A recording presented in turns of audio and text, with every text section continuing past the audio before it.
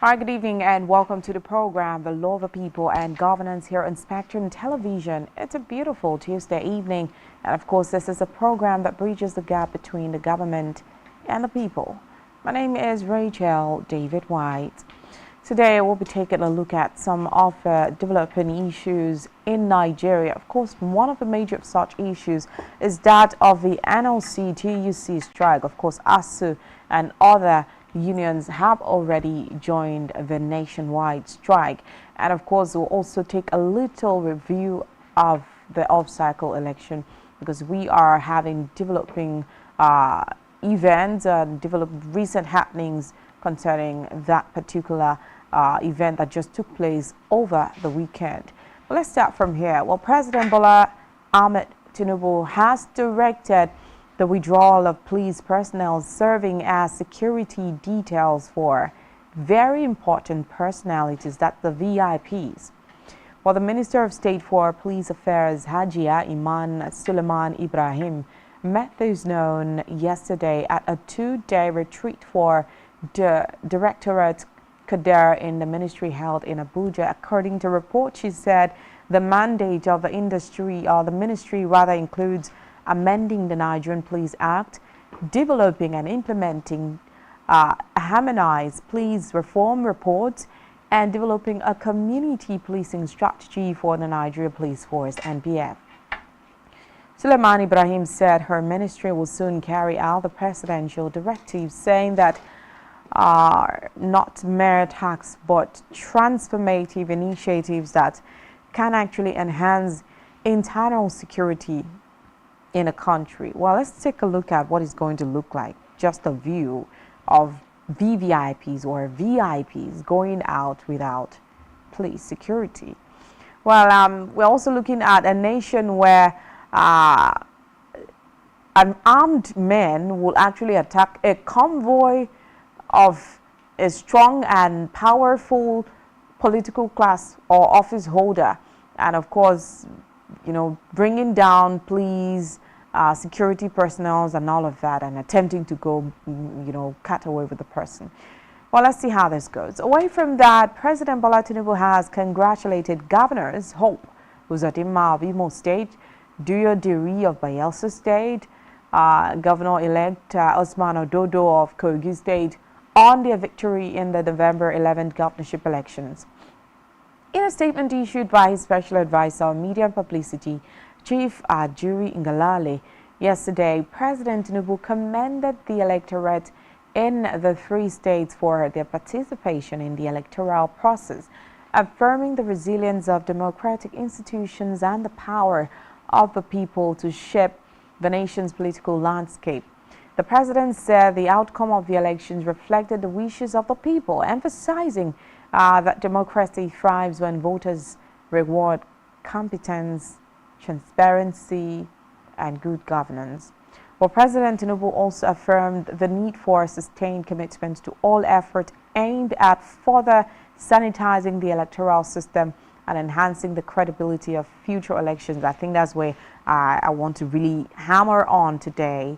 But let's keep going. According to the statement, with the election processes concluded, the president anticipated a renewed sense of hope for the people of Imo, Kogi, and Bayelsa State, as well as consolidation and progress that will position the state as hubs of peace, commerce, entrepreneurship, and prosperity in Nigeria. He also asked the victors to prioritize the common good of the people over partisan interests. Also, President Bola Tinubu has congratulated, of course, all the governors elect, like already mentioned, that won that election, and as well tasked them to be very diligent in, of course, exercising their duties. The part where he talked about sanitizing and of course, INEC, making sure that everything is cool, is the part that drags my attention. I think this is one part that we need to, talk about very well. This is a part we need to look at. Yesterday, we talked about these, and our guest yesterday, Citizen Nolu, talked about, having a reform, a total reform. I mean, the president says sanitizing the electoral system and enhancing the credibility of future elections. how do we sanitize the, the system, the electoral system? How do we sanitize? Because it has to start from the head. It has to start from who appoints the INEC chairman. I mean, is this the proper way? If we have been trying this way for a long time, why can't we try another way? So how do we sanitize, of course, the electoral system? Because it is as important as anything.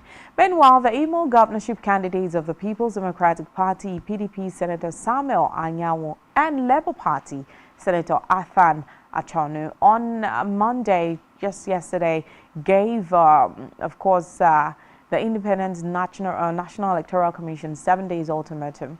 Well, they actually gave them 7 days to cancel last Saturday's governorship election in the state. And they gave the ultimatum in Owerri while speaking jointly on the outcome of last Saturday's governorship election in the state, where INEC declared the candidates of the All Progressives Congress APC victorious. Well, they said that was because of the alleged massive rigging as well as the diversion of electoral materials to private homes where they were thumb-printed. Now, let's talk about these issues that we've seen over time in our electoral processes. How do these persons get in touch or have access to the election-sensitive materials? How do they get access to the voting papers, and start casting votes before the elections? These are the questions we should ask ourselves. This is an election that, of course, this was like a second chance for INEC to improve on what we already, or to clear the doubts that Nigerians had already in on their minds. And this was just another second chance for them to prove themselves right. This was another call for strong security, of course, and strong guard in Imo State. Remember that the major concerns was in Imo State, where they had threatened security issues was going to happen. Mainly the NLC president was assaulted or brutalized, arrested in Imo State. A whole lot of threats came from Imo State, and everyone turned their eyes looking at Imo. Well, to my greatest surprise, I think we didn't really have issues in Imo like we had in Kogi and Bayelsa State, where we never even hoped it was going to come from. Now, let's move from there and talk about the major issue that is happening today. The Academic Staff Union of Universities, ASU, has already announced its participation in the nationwide strike. Before then, I had told you that there is an ongoing nationwide strike. Now, they are aligning with the Nigeria Labour Congress, NLC, and the Trade Union Congress of Nigeria, TUC, starting from Monday night. This was stated in the statement signed by President Emmanuel Osedeke on the 13th of November. The statement read, "The Nigeria Labour Congress at the Joint National Executive Council, NEC, of NLC and TUC directed all affiliate unions to commence withdrawal of services with effect from 12 midnight today, 13th November 2023. Don't forget that the TUC called for a nationwide strike to protest the recent attack on Joe Ajara, the president of the NLC. Joe Ajara was reportedly assaulted by the Imo State Police during a protest. In solidarity, the NLC has directed all its affiliates to comply with the nationwide strike, including ASU. Police began investigation into the assault of the NLC president, Joe Ajara. Meanwhile, of course, the president of the Nigerian Labour Congress, of course, was already assaulted in Imo State, don't forget. And the investigation was stated in a recent statement by the PRO, the Forces PRO, Lumiyua Dejobi, on Friday, November 10th. And of course, away from there, the Nigerian Labour Congress KB State chapter has already started a surveillance campaign to ensure that the state fully complies with the union's national headquarters directive to go on a statewide strike. You know what that means? You have to fully comply. Well, in a phone conversation with some newsmen, the Labour Union State head stated that his team has been traveling to determine the degree of compliance. He clarified that some offices, including MDAs, were unable to get a message from their head office regarding the strike because of the delayed communication of the NLC's mandate. Then, Nigerian lawmakers were locked out of their offices today following the closure of the National Assembly complex, according to reports by officials of the Nigerian Labour Congress in compliance with the nationwide industrial action. Reports has it that in the protest of the attack on its president, Comrade Joe Ajaro, in Imo State, human and vehicular movement were prevented from entering the complex. Members of the two chambers and the staff of the National Assembly, of course, journalists and others were locked out as the entrance into the complex were locked, according to report. However, after hot arguments, the officials of organized labor opened one of the gates for reporters, during which few others struggled into the complex. And according to reports, both chambers of the National Assembly are yet to be opened, creating the fears that plenary may not even hold for a while. One of the officials of the Parliamentary Association of Nigeria, PASAN, NAS branch, told newsmen that the directive of the NLC on the ongoing strike action was being effected at the National Assembly. Don't forget that in all of this, where it started was when the NLC and TUC directed its members to commence a nationwide strike over assault on its president starting from Tuesday. And of course, they asked all affiliate unions of the two labor centers to implement the resolution of the Joint National Executive Council of the NLC and the TUC. And still in this mix-up, there have been some rumors that the Transmission Company of Nigeria is in blackout because of the strike. But in reaction to that, the TCN has denied a report by online newspapers for an imminent national blackout. According to them, that is not the reason that they are having a blackout. It's not because of the strike. Well, in some states, we've heard that some banks have already joined the strike. So it means if you have cash, hold it tight. Okay, so these are the major issues we are going to look at today. I mean, over time, we've seen NLC threaten strike, and then we've seen them show their strike. We've seen government call for a closed-door meeting, and then we've seen that over time they're still being owed. The issues are not solved. The demands are still on the table. Now, are we going to see that again? Is that going to happen again? Or is this a bus stop where we get to say, Labour gets to say, oh, this is what we want, and if this is not happening, this is not happening. And don't also forget that NLC President Joe Ajaro has over time been accused of being partisan, being politically affiliated or associated, especially last week when his photo with Chanu Athan of the Labour Party in Imo State was circulating in social media. Well, these are the issues we are going to look at, so be part of the conversation. You can join us on WhatsApp call, WhatsApp message rather. You can also send us a text message. When we come back from the short break, the show still continues. You don't want to miss the conversation. Let's get your reaction. We'll be right back.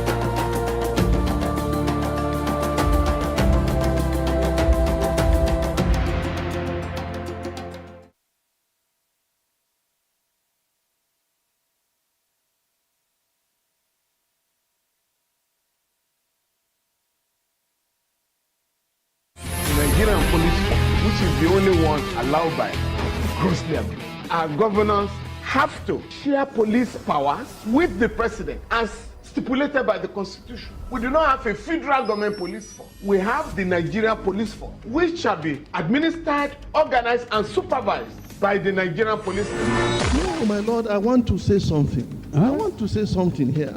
Perhaps it might also enlarge the scope of people who should be invited here for examination. My lord, if we cannot find those who literally murdered Abiola, who are those people who could be said to be the beneficiaries of the death of Abiola? Rogers has linked you with some of the killings he did. He never did.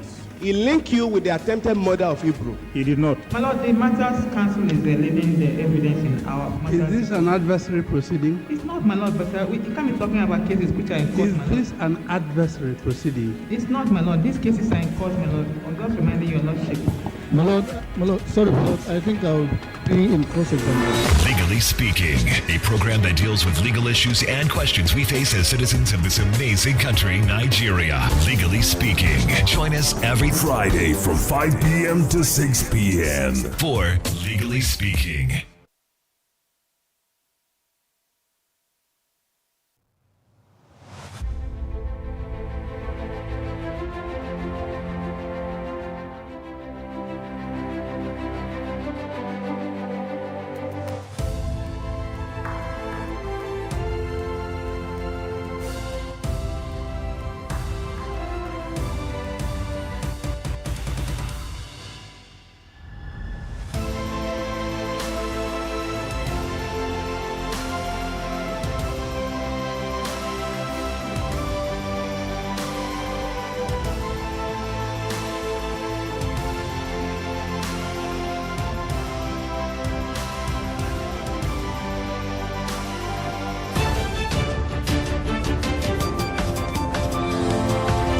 Every day marks a day of significance. That in view of the apology tendered by this former minister who had earlier been cleared by this August Assembly, as we face critical issues, developments and events which shape our social and political landscape here in Nigeria and beyond. Political Spectrum is a program specially designed to help make sense of all the moving parts of developments and occurrences in our nation's polity and political economy. There is nothing wrong with Nigeria, but there's everything wrong. The educational history of public figures holds significance beyond mere biographical details. From executive, legislative and judicial developments at national and subnational levels to international diplomacy and relations. Join us for exclusive interviews with key political figures, expert opinions, analysts, thought-provoking conversations for and against, shedding light on the major issues that matter. We will always keep you updated on the most factual, smartest and unbiased reportage. Stay tuned to Political Spectrum. Political Spectrum. All sides matter at the round table. Political Spectrum. Exclusive to Spectrum Television.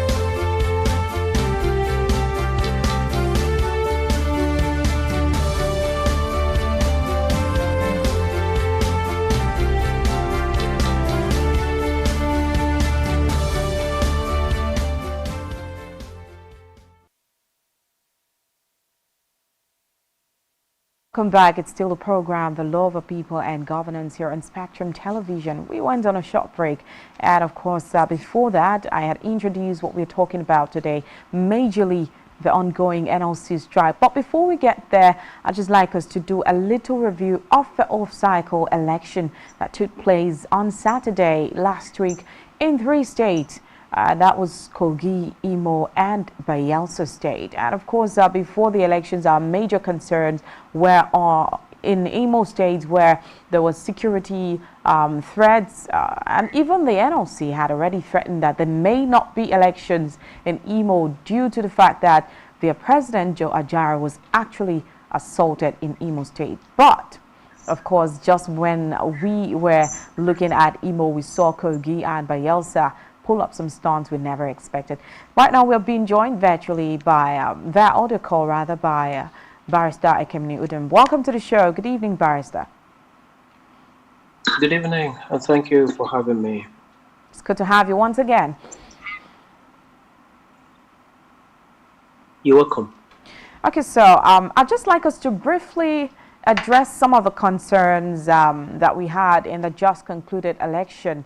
After such, I would say, a stormy election during the February polls and the March polls, one would have expected INEC to sit up and, of course, do the right thing this time. It was like a second chance for them to prove Nigerians wrong on their thoughts about them. So many people had been calling on a reform of INEC and even calling on the INEC chairman, Professor Mahmood Yakubu, to down his tools and, of course, leave that position for another person. But let me ask you, did you see a repetition of, or let me put it this way, what are some of those things, some of those glitches that you saw repeat itself during the just concluded polls, off-cycle polls? Well, for me, INEC is not ready to give Nigeria a free, fair, and credible election. Why do INEC you say is so? still very unprepared. I say so because for what happened in the off-season election, just 3 states in the Federation and Nigerians could not have what we can call free, fair, and credible and transparent election. We've seen the reports from all the states that elections held. The 3 states, Kogi, Bayelsa, and Imo State. And the reports are not encouraging. The reports do not show us that INEC is ready to conduct better election for Nigeria. So we are still in a position where we are yet to have free and fair election in Nigeria. And for me, this is sad. 25 years since the commencement of democracy in 1999, the return of democracy in Nigeria. 25 years, we still cannot get it right in something very simple and basic as the conduct of general election. And this time around, only 3 states out of 36 states to the Federation, and yet INEC could not give us free, fair, transparent election. I think that what INEC needs to do is to begin to think in the direction of electronic voting in this country. I was thinking that they were going to implement that in this very election.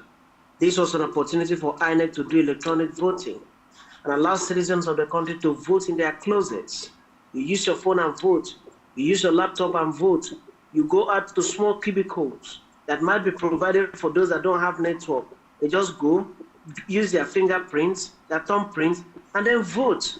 And there will be no convergence of people in several places, which will result in the unleashing of violence and cutting of ballot boxes. Because the machine can only take 1 fingerprint at a time. Electronic voting has been experimented in other parts of the world. So what's happening in Nigeria? This is the time for INEC to begin to think in the direction of electronic voting, so as to eliminate all the violence that we have been seeing, in general elections in Nigeria. Honestly speaking, as a Nigerian citizen, I'm not satisfied. I'm not very satisfied with the election that took place a few days ago in the 3 states of the Federation. I think that Nigeria deserves better elections than that. Okay, it's actually worrisome and disturbing, you get, the reason why we still have this trend. So what do you think? I mean, you've mentioned or you've witnessed elections before in Nigeria over time, and then we still have issues repeating itself. Now, even with the public outcry, people calling on INEC, the condemnation, the knocks, the slap, that we should be able to have a free, fair, and credible election this time. And it was just in 3 states. So Nigerians expected that this is not going to be too much for the security personnel, the INEC and all of that. I mean, with the money sunk into it, to have a perfect one. So why do you think or what do you think is the reason why Nigeria cannot, up till this age, boast of a free, fair, and credible election? Because INEC doesn't seem prepared to take corrections, to learn from past experiences, and then give us free and fair election. INEC doesn't seem perturbed. INEC seems to be just doing, well, we've been given the money, so we take the allowances, pay our staff, go out there to conduct election. Whatever the election looks like, no problem. There are no consequences.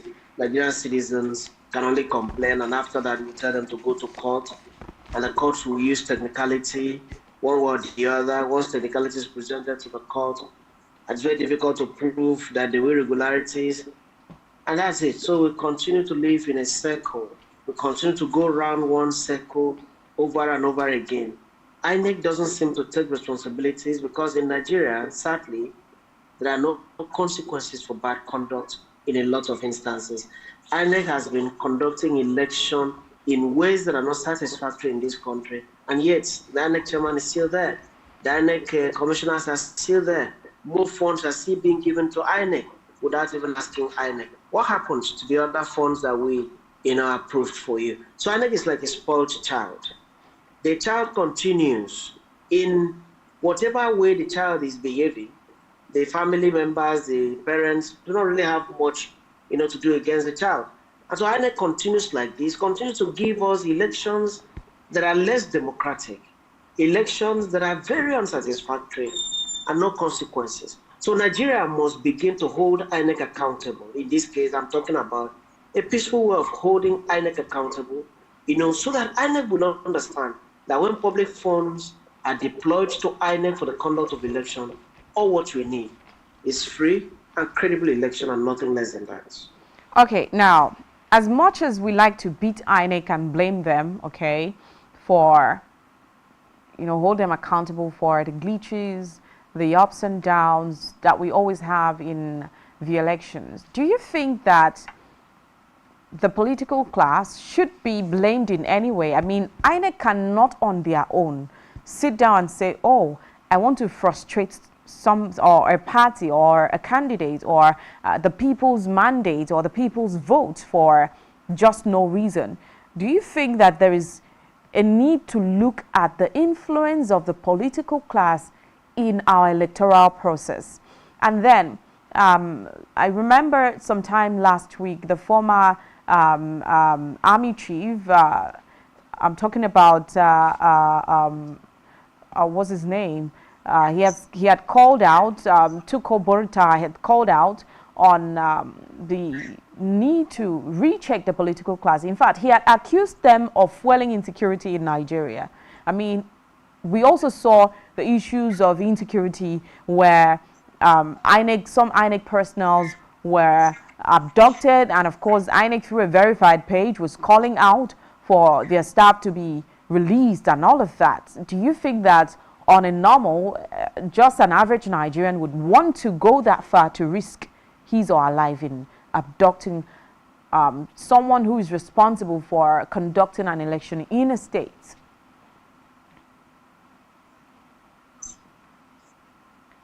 Political class in Nigeria also have a portion of the blame here,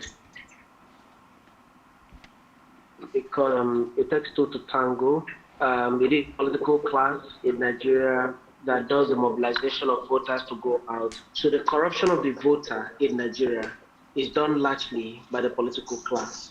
You see a situation where on several occasions, the political class have deployed money as a tool against the electoral process. So voters are given huge, minimal sums of money. It's not even reasonable sums of money. Minimal sums of money ranging from 2,000 to 5,000 to maximum of 7,000 to 10,000. And then the electorates are compromised to go and vote against, what should be the case. So the electoral class is equally very guilty here.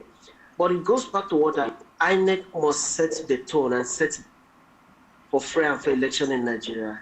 And I feel that the way out is for INEC to introduce electronic voting, where people can vote from the comfort of their homes with their phones and their laptops without any interpersonal interface, any interface between the electorate and the political class.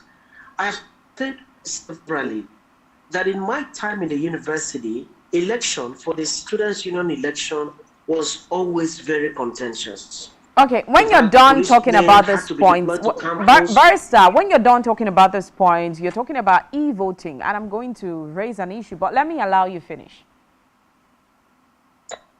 Okay, so in our time, voting in the university for the Students' Union election was very contentious. Bullets were fired, people were beaten. But today, the students in the universities, they now do electronic voting. And it is seamless. They vote with their phones, in their hostels. They don't go to convert in their faculties. And at the end of the day, somebody emerges the winner and the other person, congratulates. In the Nigerian Bar Association where I belong, the same thing applies. We do electronic voting in the general election, national election of the NBA. So a registered member of the Nigerian Bar Association can stay in the United Kingdom and vote, and the votes will count. No violence. Now, do you think that there is no disadvantage, Snatching of anything. Of e-voting, Don't forget, Barrister, don't forget that, it does not happen. What do you say? Can you hear me, Barrister? Hello, Barrister Ekemini, can you hear me? Yes, I am with you. Okay. There are certainly some disadvantages of the e-voting. Nobody will say that it's 100% perfect. Do you think it cannot be bypassed? I mean, we can't have at the end, you hear of some technical glitches, some excuses, some reasons why they couldn't collect results, and of course they need to start looking out there to count manually. You think we won't have such issue in our Nigeria? Of course, everything how it is. Well, it's just the Nigerian way that you hear INEC, after putting in billions of naira, INEC will come up at the end of the day and say we had glitches. In the 2 election petitions that have gone on in the country, you hear INEC talking about glitches. That's their defense in court. But I'm looking at a situation where INEC will repent from this kind of lame excuses. I'm looking at a situation where the technology that is used in the banking sector can be deployed to the electoral process. The banks, they manage huge sums of money, and the margin of infiltration is very minimal. If we have that introduced into the electoral system, I'm sure we can have free and fair election in this country without anybody being maimed on the day of election. These things are possible. INEC is aware.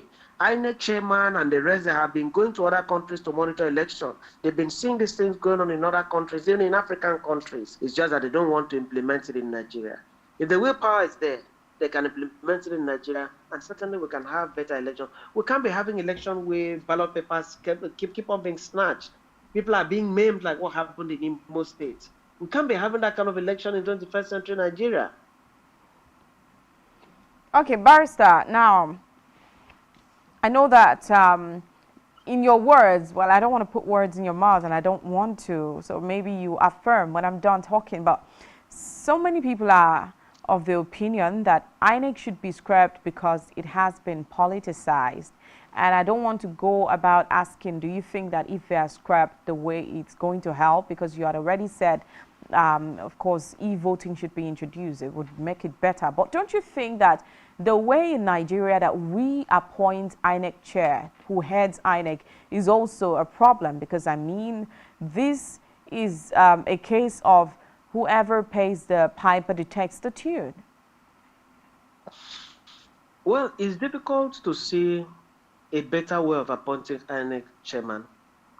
It's difficult to see because the way it is done right now is such that the president of the country nominates and sends the name to the National Assembly for approval, and the persons that have so far been taken are professors who have distinguished themselves in the academia. One would have expected a professor should be like Caesar's wife, they should be clean enough to conduct the electoral process very well. In this same country, we had a professor who wrote his name in gold, the man that conducted the June 12th election, Professor Humphrey Ngosu. So why don't we have the same caliber of people anymore appointed as INEC chairman? So for me, it's not about the process of appointment. It is about the individual that is serving the chairman of INEC. If the chairman of INEC is ready to do the proper thing, to stand by the truth, then certainly we can have fair and fair election in this country. For me, it's not about changing the modus operandi for the appointment, because how else will we have them appointed? But I think that the main thing right now is about the character, and the readiness on the part of the INEC chairman to stand by the truth and ensure that we have free and fair election in this country. Okay, so I'd like to just shift a bit from there. We've been talking about the off-cycle election, and we just hope that, well, let me ask, do you think that maybe in some points or the president has talked about sanitizing the electoral process, sanitizing the entire system. And of course, sanitizing the entire system has to be maybe taking a closer look at the Professor Mahmoud Yakubu's led INEC and a whole lot of other issues, the regs and what have you. So sanitizing the system. Are you with me? Hello, Barrister. Okay, I think we lost that connection. Of course, he's coming back, but taking back, talking about his words, he's of the opinion that Nigeria has failed on the part of getting a free, fair, and credible election, and he has also talked about reforming INEC as well, talked about having to appoint someone who is ready to be accountable to serve as the INEC chairman. And these are some of the major issues we have, because it's not all about appointing persons into that position. It's all about who we actually appoint, who is not ready to stand with the government but to stand with the people, because standing with the government simply means you have to do what the government wants.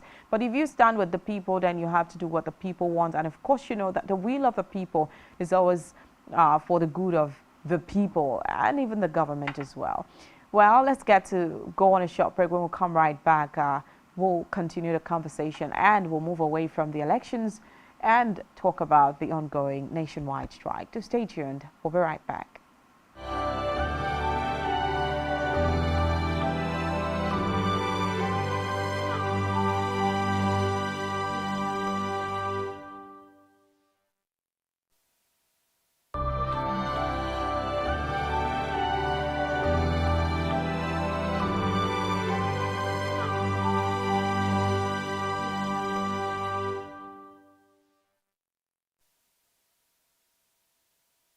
Welcome back. I told you it was going to be a very quick break. So we're right here. And of course, before we went on that break, we were concentrating on the off-season elections that went on in Kogi, Imo, and Bayelsa State. Well, let's get to know your concerns. You can send us a WhatsApp or a text message, of course.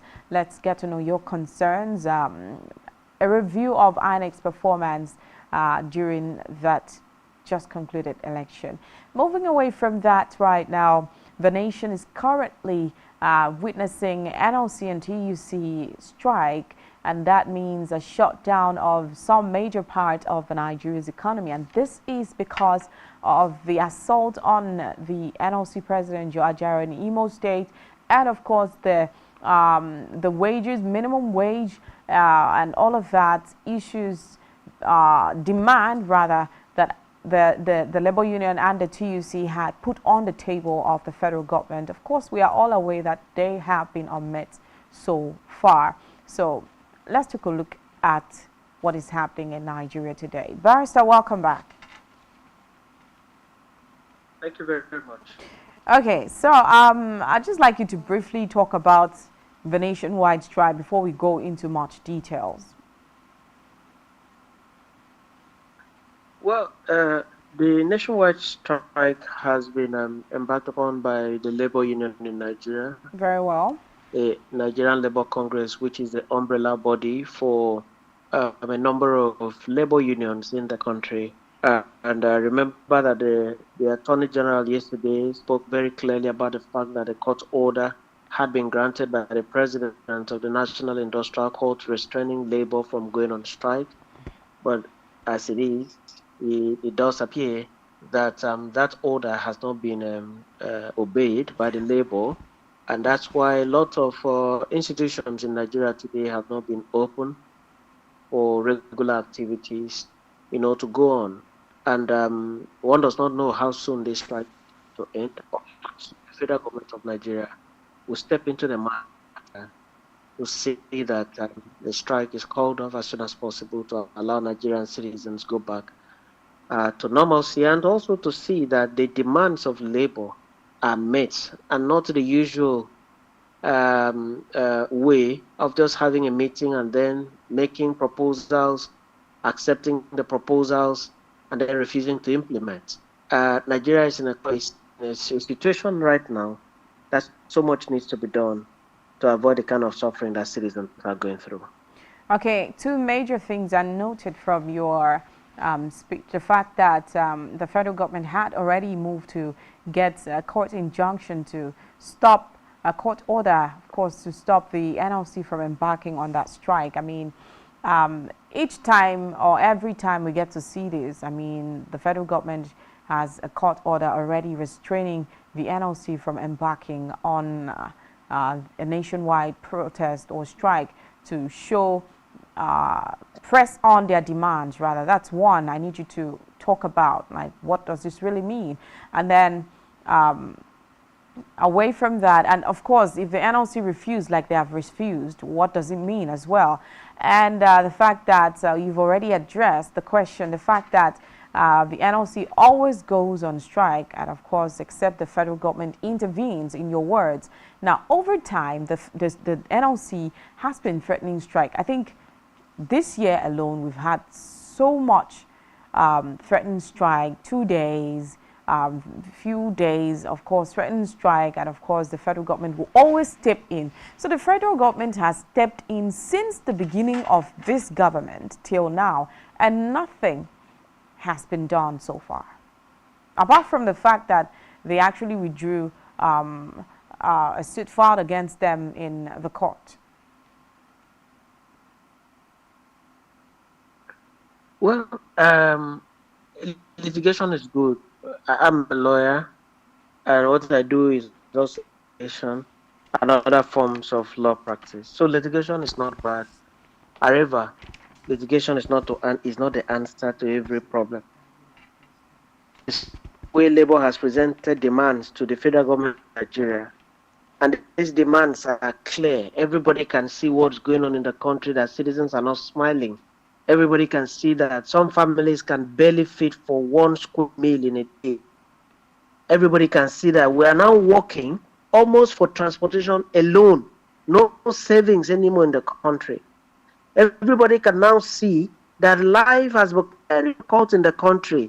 And the federal government, instead of looking for solution, lasting solution, what the federal government repeatedly does is to go to court, is to litigate, is to ask the court to restrain, to ask the court to punish.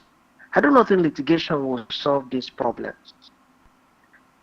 Now, I'm not saying that anybody should court, but at the same time, litigation alone will not solve this problem. Litigation will only bring judgment. Maybe judgment says Labour did not follow due process.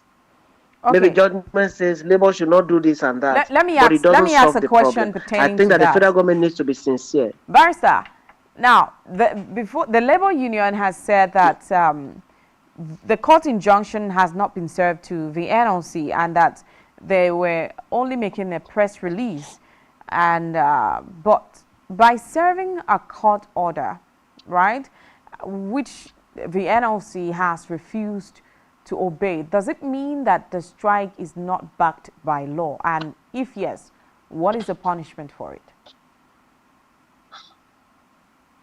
Well, the service of the court order on the party that you want the court order to be obeyed is very significant. In law, service is paramount. You cannot expect me to do what I'm not aware of. So you need to serve. Okay. So if labor has been served, then they have two options: to obey the court order or to go on appeal. So I will not say that anybody should disobey the court order. At the same time, I will insist that litigation is not the solution to what is going on in this country right now. In litigation, we will certainly have judgment. But judgment is not going to solve the problem, the existential problems of this country right now. I mean, we're talking about hunger. That's what the masses are talking about. We're talking about difficulties in moving one place from one point to another, in going to work.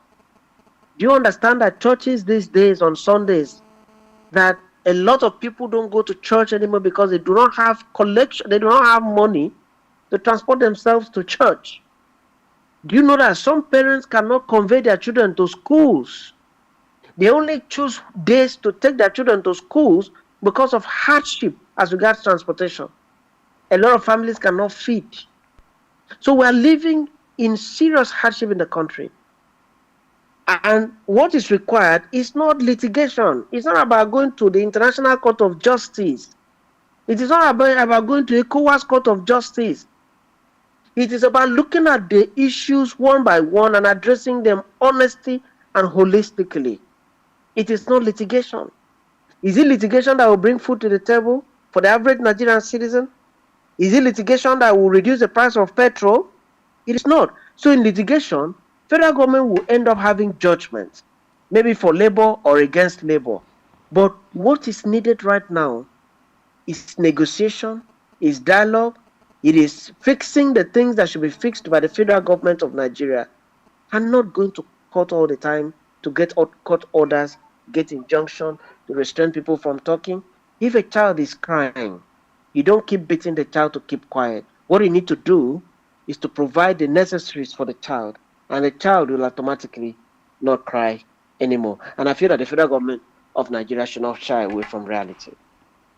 Now, do you think that the federal government is neglecting the demands of the people, or is not placing premium priority on the demands of the people? Because we still had this demand when we saw the lawmakers move ahead to approve for a 160 million naira SUV each for lawmakers, ministers.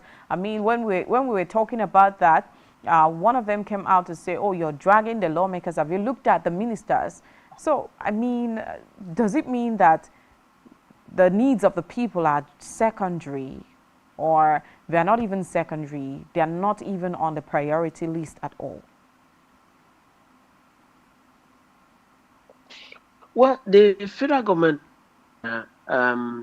by its action, by its conduct, has given credence to that line of thinking, that perhaps the federal government is not really interested in what the citizens of the country are going through.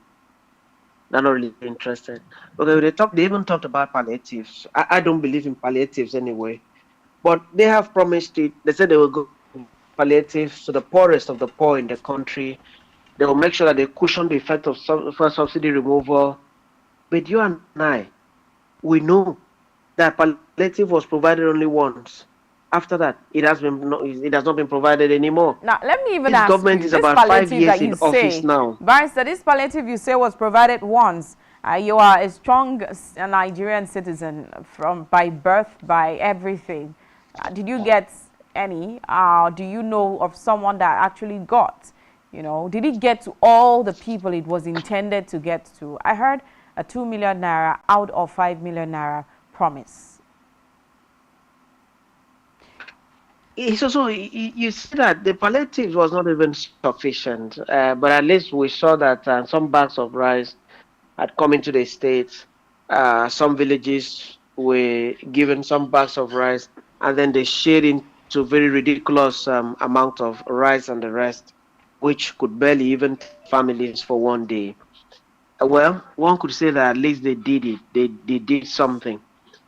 But after that, Have you seen palliatives being given anymore? It's not been given anymore. So you are saying that for 5 months, the people that are hungry should only get palliative for one time. So for the remaining of the month, they should stay hungry. So it doesn't seem to me that the federal government is very, very concerned about the kind of hardship that the citizens of the country are going through. It's quite unfortunate. Okay, just said round this severally. up by telling us what you think is the way forward out of this. We have just 1 minute to wrap it up. The way forward is to build refineries for Nigeria and make them functional. If we have refineries functioning in Nigeria, then we can refine our crude oil in Nigeria, and then the oil will go round and the prices of things will crash. Until we have that, the Nigerian citizens will continue to be subjected to this kind of suffering, and certainly we don't deserve this kind of suffering, because this is a country that is too rich to allow us suffer. Okay, thank you so much, Barrister Ikemenu. It's been a good time with you on the show. Thank you very much. Back to the people. Thank you so much for staying glued to your preferred station. It's Spectrum Television. We've been having the program, The Law, the People and Governance. And of course, we will be here again tomorrow and the next to discuss better on the issues bedeviling our dear country, Nigeria. Don't forget to follow us on social media and subscribe to our YouTube channel, all of which you can find on our website, SpectrumTVLive.ng. You have been watching The Law, the People and Governance here on Spectrum Television. My name is Rachel David White. Good evening.